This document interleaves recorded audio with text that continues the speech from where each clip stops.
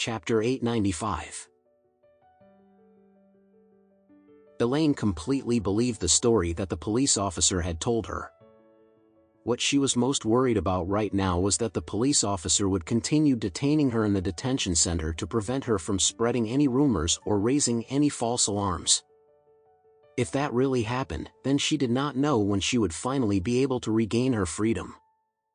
Elaine looked at the police officer with pleading eyes as she cried and said, "Officer, I really won't say a word about this matter to anyone at all. Please let me go.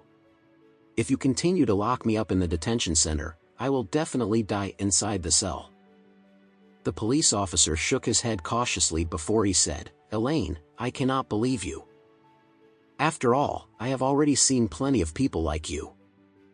On the surface, you will tell us that you will not tell anyone about this matter, but as soon as we let you go, you will definitely tell people about this matter because of your big mouth." After that, the police officer continued speaking, "Furthermore, you should not think that the only reason why we locked you up in the detention center is because we want to solve the case. In fact, we are doing this for your own safety. If we let you out and you talk any nonsense or spread any rumors about this matter, the criminal organization will definitely find out about this matter. After that, they will definitely hunt you down and kill you. After that, they will plant all the evidence on you and push all the blame on you. You will become the victim that will be a substitute to get blamed for all of their crimes then. In that case, wouldn't you be even more seriously wrong then? To be on the safe side, you should continue staying in the detention center until we have caught all of the suspects. After that, we can release you without any worries at all. We are simply doing this to ensure your safety." Elaine replied desperately, "Then, how long do I have to wait before I'm finally released from the detention center? Please. I'm begging you to please be merciful and let me go. I really won't speak any nonsense at all. I'm even willing to kneel down and kowtow just so that I can be released from the detention center immediately. I don't want to be locked up again."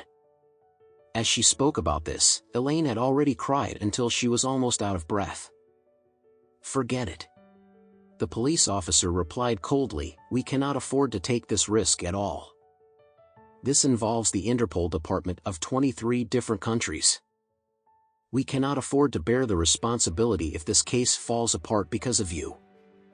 The police officer who was standing at the side started to play the hero and he suddenly said, "I think that she has a rather sincere attitude.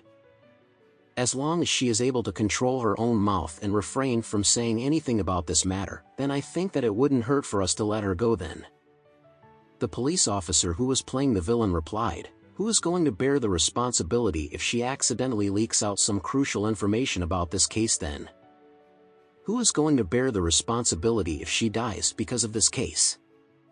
The police officer who was playing the hero looked at Elaine before he asked, "Elaine, do you think you will be able to control your own mouth and refrain from saying anything unnecessary? If you can do so, then we will need you to write us a guarantee letter and we can consider letting you go if you promise to write the guarantee letter. If you speak any nonsense or leak any information about this case after we let you go, then we will arrest you immediately and keep you locked up in the detention center until this case is solved." Elaine wiped the tears off her face with her sleeves before she gasped for air as she said, "Officer, please rest assured that I will never say a word about this matter. To tell you the truth, I'm also a timid person who is afraid of death.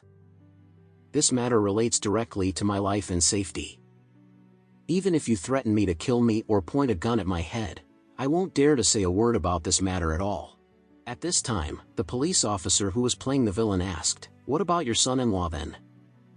Will you be confronting your son-in-law about this matter immediately after you are released from the detention center?" Elaine was stunned for a moment. She would not even have the opportunity to confront that bastard Alex? Then, who should she blame for all the beatings and humiliation that she had suffered after getting locked up in the detention center?